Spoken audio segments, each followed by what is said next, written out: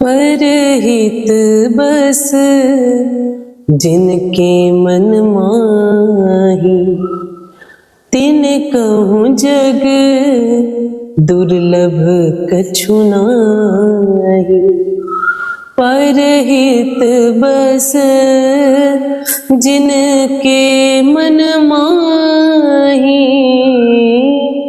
तिन कहूँ जग दुर्लभ कछु नाही।